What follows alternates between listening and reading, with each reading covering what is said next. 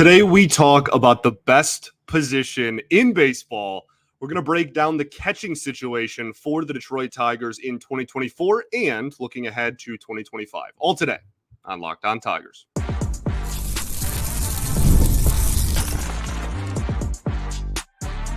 You are Locked On Tigers, your daily Detroit Tigers podcast. Part of the Locked On Podcast Network, your team every day.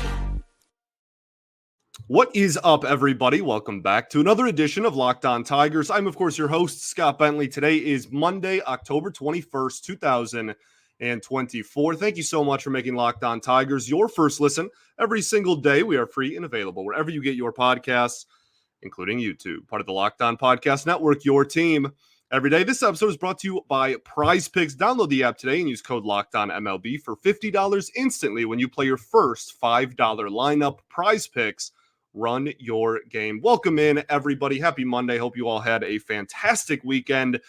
Today, we begin our player breakdown series. So we're going to try to get through everybody on the 40-man roster by the end of the postseason or shortly thereafter. And then once the World Series ends, then you have 5 days and then kind of all the off-season mayhem starts happening. Obviously, baseball is notoriously slow at starting off its offseason as in terms of moves, so we'll have a little bit of time there as well. But I do this after every single season because I really think, because these are half-an-hour shows, I think it's important to really do a deep dive and do a deep breakdown on everybody on the roster so that it's very clear where all of these players stand and what they need to improve on and what their roster standing is, right? If they're going to be back next year, etc. I think it's a really important conversation to have immediately after the season and before, all of the offseason decisions start being made. So that's what we're going to kick off today. We'll do 2 or 3 in every episode, I would imagine. Review what they did in 2024 and preview what the winter and what 2025 may hold for them. If you're a longtime listener, This is again something that we do every year, and also come spring training, we then do our player previews on specifically what we're looking for in the upcoming season for these guys. So we're going to start with the catcher position. I've done this for a few years, put the catchers together because I think that catcher is becoming a position in baseball, not even becoming, has become a position in baseball where you don't just have one anymore. Every single team needs 2 competent catchers to make it through an 162-game season. And the Tigers only had 3 players total behind the dish all season. And they only had 2 on the roster at one time. Obviously, Carson Kelly, the first half of the season, then handed over the baton to Dillon Dingler, and Jake Rogers was the catcher for from start to finish. And he was kind of the 1A, and then Carson Kelly was kind of a almost 50-50 platoon. And then Dillon Dingler, he definitely was a 1B to Jake Rogers' 1A. So catcher's an interesting place because you to kind of start this conversation and start this series, because you only have 2 on the entire 40-man. And neither of them hit well in 2024. But both of them did well defensively. So I wanted to start here just because of that. I think there's a lot of kind of underrated conversations to be had in regards to this position going forward. Let's start with Jake Rogers. This past season, he hit 197 with a 255 on base percentage and a 352 slug. That is a 607 OPS, aka not very good. He had no slugging in the postseason. However, his average and on-base percentage did vastly improve. He had a really, really good playoff.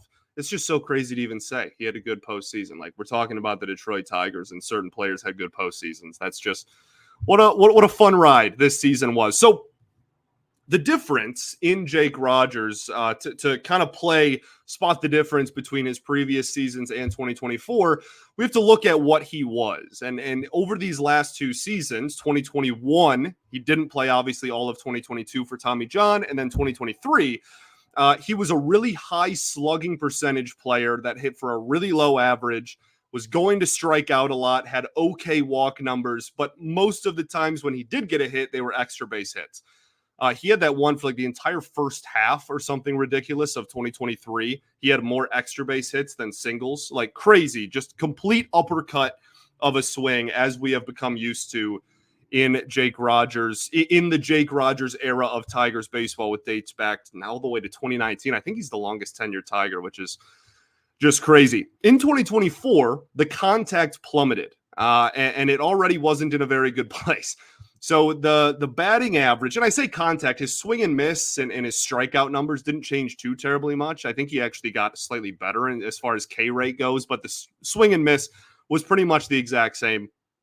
But the batting average dropped a ton. He went from a 221 hitter in 2023 to a 197 hitter in 2024. The whiff rate, like I said, went up a little bit, but the power went way down. So what happened? What was the difference?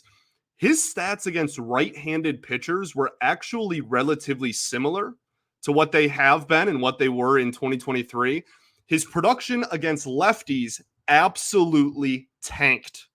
And this isn't like, oh, he just hit a tank. Like, this is a positive connotation. This is a negative connotation of tanked. They absolutely plummeted. This is a guy who has crushed lefties his entire major league career before this season. This year had a astonishingly low 499 OPS against left-handed pitching. Early in the season, if you recall, there was a few games where we had the two-catcher lineup, right? Carson Kelly and Jake Rogers, both right-handed hitters, both hit well against lefties in their career. So they were even doing like Jake Rogers is going to DH, Carson Kelly's going to be behind the plate type of thing. Notice that stopped. That came to a screeching halt. Now, obviously, Carson Kelly got traded, so it wasn't going to happen in the second half of the year with how poorly Dingler hit. We'll talk about him in the second half of the show. But like that stopped before Carson Kelly left, that they stopped doing that. And it was for a reason. Jake Rogers, for whatever reason, just could not hit left-handed pitching this year. He has crushed fastballs specifically his entire major league career as well. And he did again this year. To be fair to him, his numbers against fastballs were still much better than his numbers against every other pitch pretty much. But the stats against left-handed pitching fastballs were terrible. His stats against left-handed pitching sinkers, variation of fastball, terrible. And I think that's because the way he was attacked changed slightly. Everybody knows he's a big uppercut swing type of guy, so he sits fastball and he tries to crush fastballs, and he goes, you know what? I may not hit anything else really well, but if I can hit like he did in 2023, if I can hit 19 or 20 home runs, almost all of them off of variations of fastball, I can have value as a hitter. He had an OPS over 700 in 2023. It dropped by 100 points, even though his stats against righties were almost the same. Against lefties, he's faced a lot of spin low in the zone. And that's something that's, he's always been a swing and miss guy, but the chase rate has usually been pretty decent. And it wasn't terrible this year, but it definitely took a little bit of a step back. He walked much less than he did last season. That's another thing we'll talk about here in a second overall, but lefties were just constantly throwing him sliders and changeups low and inside, and he was swinging and missing at almost all of them. And it really, really cost him his numbers against what should be his dominant platoon, his advantage platoon in 2024. So a lot of off-speed pitches and breaking pitches low in the zone down by his shins and ankles, and was swinging at a lot of them and swinging and missing, obviously, at a lot of them this year. It wasn't all terrible. We talked about some of the improvements that he made in the postseason. There was a fundamental change that he made in the postseason that I think he also made in the regular season during high leverage situations. We'll talk about that and then finish up the conversation just as a whole with Rogers. Move on to Dillon Dingler right after this. Got to talk to y'all today about our friends over at Prize Picks. Prize Picks is the best place to get real money on sports action. With over 10 million members and billions of dollars in awarded winnings, Prize Picks has made daily fantasy sports accessible to everyone. You just pick more or less on at least two players for a shot to win up to 100 times your cash. Run your game all season long with Prize Picks. There's so many fun offers and whatnot that Prize Picks provides. One of them is just you can win up to 100 times your money with as little as 4 correct picks. Obviously, a fantastic deal there. But then my favorite thing is the injured player guarantee, where if a player goes out in the first half of a sporting event and doesn't return, your play can stay intact and keep your lineup alive. So download the Prize Picks app today and use code LOCKEDONMLB to get $50 instantly after you play your first $5 lineup. That's LOCKEDONMLB to get $50 instantly after you play your first $5 lineup. Prize Picks, run your game. All right, everybody, welcome back here. Segment 2 of Locked On Tigers. Appreciate you all for tuning in, as always, making us your first listen every single day. Shout out to the everydayers that do tune in every day. We will, of course, be back tomorrow, as always, and we're going to continue this. If any news comes out, we will obviously put that at the forefront. Friday's episode is going to be a mailbag. Do not put your questions on today's show or tweet them at me today or message me today. Do not wait until Thursday. And I'll mention this every episode the rest of the week, so that I can see them and they'll be put in the database of questions I get, for that episode. So hold off your questions now, but that will be Friday's show. We'll talk about the season that was, and then obviously look ahead and any questions about the offseason as well. But for the time being, we're going to continue our player review, our player breakdown series, whatever you want to call it, talking about the catching situation. So Jake Rogers, with runners in scoring position, hit really well this year. Last year, he hit about 195 with RISP. This year, despite hitting 197 on the season, hit 250 with an OPS of 800 with runners in scoring position. That's professional at-bats, just trying to get the bat on the ball, not worrying about a ton of slug. Just, you know what, I'm just trying to put the ball in play and score these runners. And I think that's why he had success in the postseason as well. We think back to the preseason expectations of Jake Rogers. It was a lot of, he is what he is. He's not going to change too much, but in a perfect world, I would like him to walk more. He walked less.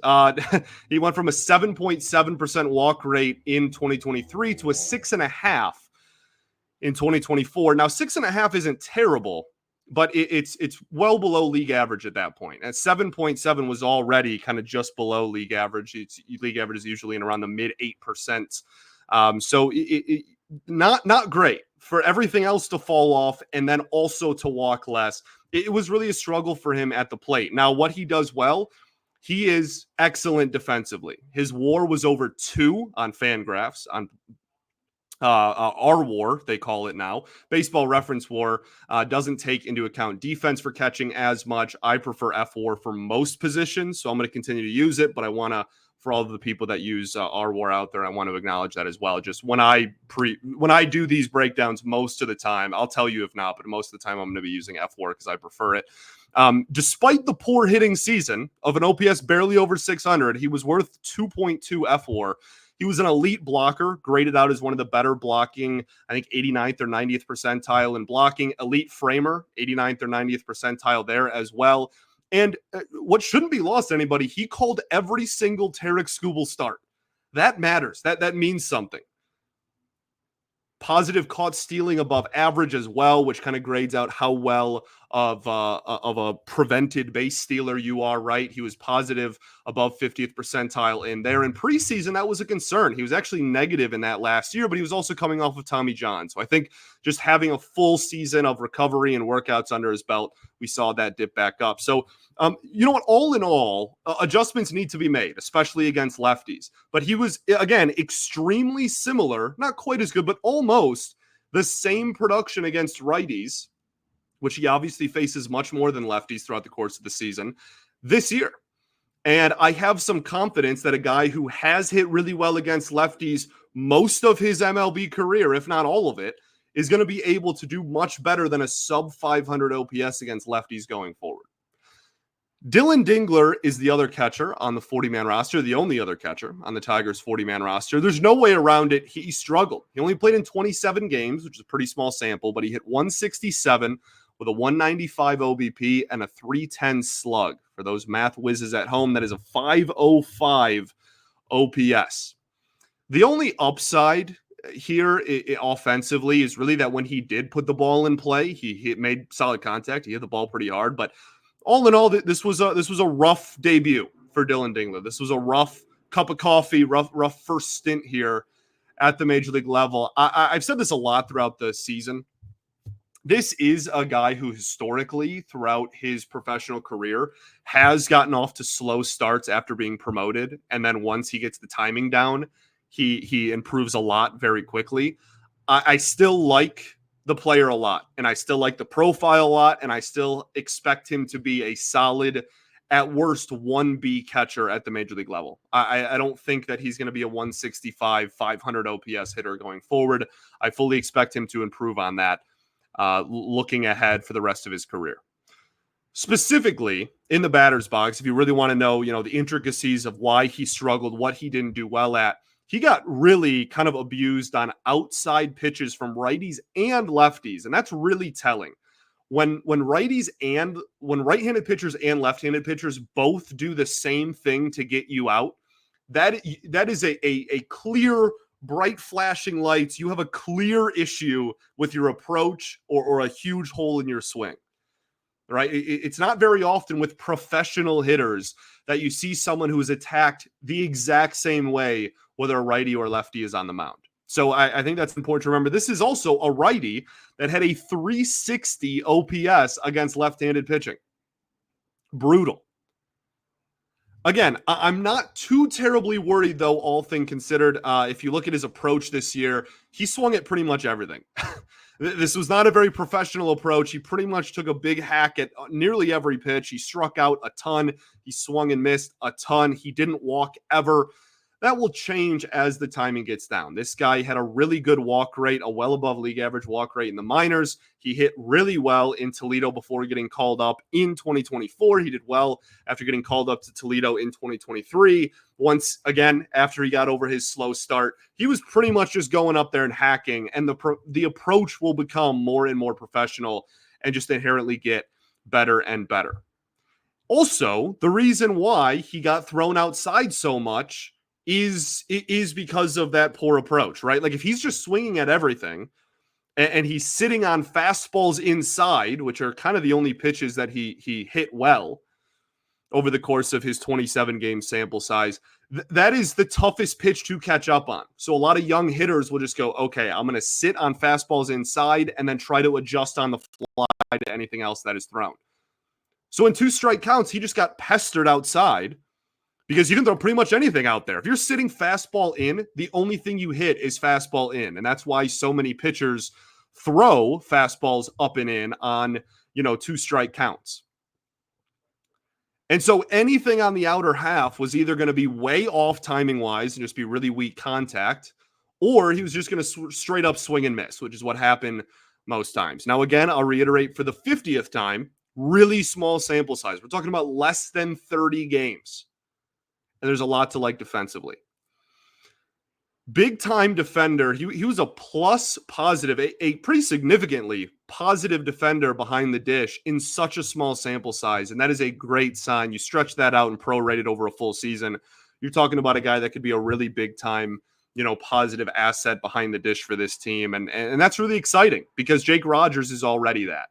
So we'll talk about kind of what to expect from the catching position in segment 3 here. We'll talk about kind of where I stand on the team as far as catcher goes going into 2025 and going into this offseason, this winter, really. But I think it's important to remember, even if they do just stick with these two, we're talking about 2 really good game callers that are really good defensively. And if you don't get production offensively from a catcher, get in line. Not very many teams do. So it's really good to see him play so well and be so comfortable defensively. He caught a lot of really good games, and he worked really well with the younger pitchers on the roster that got called up late in the season because they had already thrown to Dingler when they were when they were all kind of in AAA together, right? So overall, this is such a small sample that I'm by no means out on him as a player. I'm not too terribly worried. We'll talk about that more in segment 3 here. And I do still think that at both of their best, the Tigers can still have legitimately one of the better catching tandems in baseball. And I'll break that down a little bit more right after this. Got to talk to you all today about our friends over at FanDuel. NFL fans, you can win big this season with a big return on FanDuel, America's #1 sportsbook. So when you get a hunch in the middle of a game, you can check out the latest stats, view live play-by-play, and so much more on the same page where you place all of your bets. You'll get started with $200 in bonus bets guaranteed when you place your first $5 bet. That's FanDuel.com. All right, everybody, welcome back here. Third and final segment, Locked On Tigers. Appreciate you all for tuning in, as always. So, talking about the catcher position in 2024. The position as a whole, how stable is it? What is catcher going to look like in 2025? As I said at the start of the show, I think this is probably the biggest and most important and heaviest part of this conversation because neither of them hit well this year. And I think there's a big question surrounding what everybody wants to do at catcher in 2025. Jake Rogers is not going anywhere. And Dillon Dingler certainly is not leaving the organization either. I would imagine that that both of them will be in the organization come 2025. Now, Dillon Dingler does have 2 minor league options remaining on his contract still. 2. So you got a lot of flexibility there. Now, he's not getting any younger. He's in his mid-20s now. He's a college kid. He's been in the minors for a few years.